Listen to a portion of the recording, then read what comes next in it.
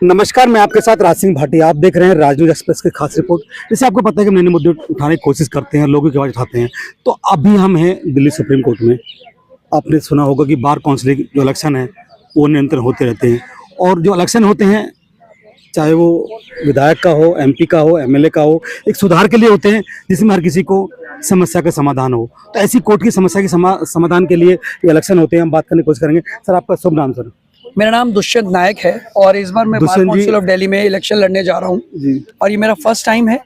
और last time election ये 2018 में हुआ था। जी, मैं आपसे पूछना चाहूंगा, जो इलेक्शन तो होते हैं जी, इसमें खर्चा भी काफी होता है जी। जो इलेक्शन होने के बाद जो लोगों को सुविधा मिलनी चाहिए, चाहे वो विधायक का इलेक्शन हो, चाहे एमपी का हो, चाहे बार काउंसिलिंग का हो, कोई भी इलेक्शन है उसमें सुविधा लोगों को नहीं मिल पाती है, बाद में मायूसी नजर आती है। आखिर क्यों रहता है? देखिए, मैं आपको ना पहली आपकी पहली बात का जवाब दूंगा। खर्चा। जी। देखिए, खर्चा कुछ नहीं होता। ये खर्चा उनके लिए होता है जिनके जो इस फील्ड के अंदर है ना, नॉन फेसेस नहीं होते। जी। मैं आपको बता दूं, मैं सन 2003 से वकालत कर रहा हूँ और दूसरी जनरेशन का लॉयर हूँ। तीसरी जनरेशन मेरी अगले साल मेरी आने वाली है। तो इसलिए खर्चे की कोई वो नहीं है कि खर्चा बहुत होता है। खर्चा सिर्फ उस चीज का होता है कि ट्रांसपोर्टेशन होता है, अपने लोगों से खाना पीना, बैठना, चाय पानी का खर्चा है।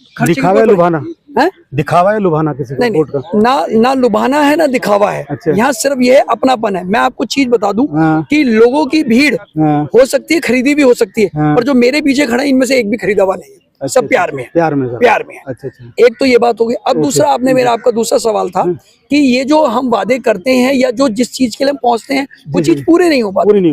उस पूरे ना होने का कारण जो पहला सवाल आपने करा था ना, खर्चा, वही होता है। अच्छा। जब आदमी खर्चा कर देता है तो उसके बाद उसके ऊपर उसके उठने के चांसेस खत्म हो जाते हैं। ये क्लियर करना चाहता हूं। हाँ, क्योंकि वो लोगों के उस एहसान तले दबे रहता है जिन्होंने उसके लिए पैसा खर्च करा होता है। तो हमारे साथ वो परेशानी नहीं है। तीसरी बात, जो सबसे इम्पोर्टेंट बात है, वो है तजुर्बा जी। अगर आपने कोर्ट के अंदर प्रैक्टिस ही नहीं करी है, अगर आपने कोर्ट के अंदर क्रॉस एग्जामिनेशन नहीं करा है, किसी एक अपने क्लाइंट के लिए कोई वकालत का कोई AEU नहीं करा है, वो क्या कर सकता है?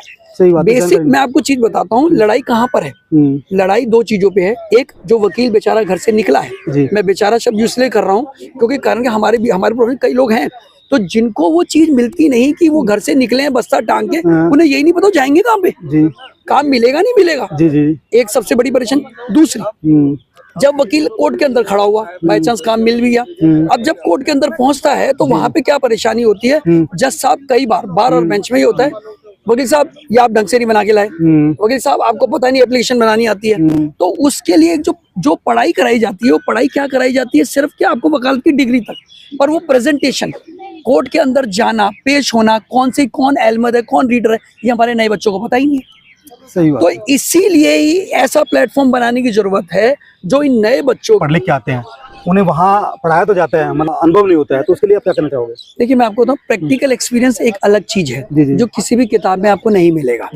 वो तजुर्बा टाइम के साथ आता है और उस टाइम को और उस तजुर्बे पाने के लिए 2-3 चीजें हैं। एक, आपको सबसे पहले पंचुअल होना है, आपका डिसिप्लिन में होना जरूरी है, और आपके अंदर सीखने की इच्छा होनी चाहिए। ये 3 चीजें जिसके अंदर है उसको कभी प्रॉब्लम नहीं। लोग क्या सोचते हैं कि मैं एक ही दिन के अंदर ना जेठमलानी वकील साहब बन जाऊं, एक ही दिन में मैं तुषार मेहता बन जाऊं, एक ही दिन में वो बन जाऊं। ऐसा नहीं, शॉर्टकट सोचते हैं। शॉर्ट।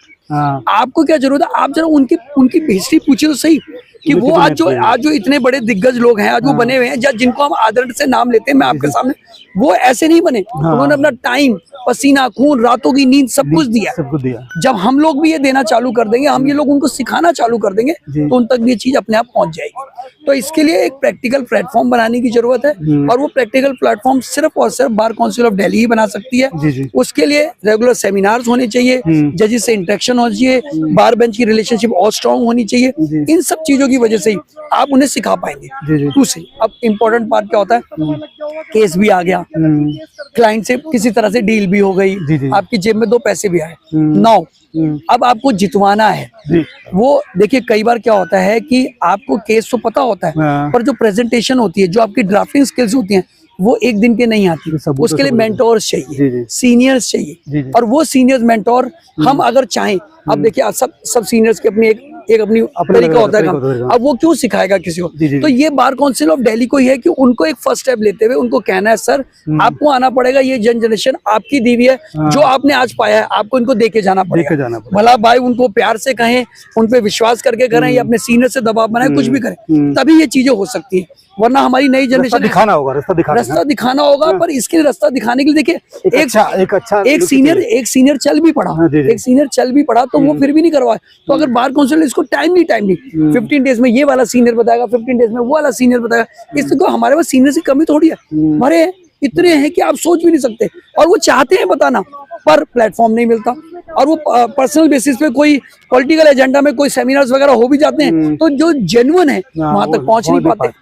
तो हमारा बीसीडी में रहकर वही काम होगा कि जो नीडी है, जो जेन्युइन है, जो वाकई वकालत करना चाहता है उस तक पहुंचे, ताकि लोग कॉर्पोरेट और वहां पे ना भागे जो कि भाग रहे हैं बस। तो यही कहना है कि बार काउंसिल का मतलब है कि रास्ता दिखाना और जो मार्गदर्शक है उससे ही होना चाहिए। ऐसी खबर देखने के लिए हमारे चैनल को सब्सक्राइब और लाइक कर शेयर कमेंट जरूर करें, अपनी राय जरूर दें कि जो हम दिखा रहे हैं वो सही है गलत है। धन्यवाद। हर खबर पाइए सीधा अपने मोबाइल पर।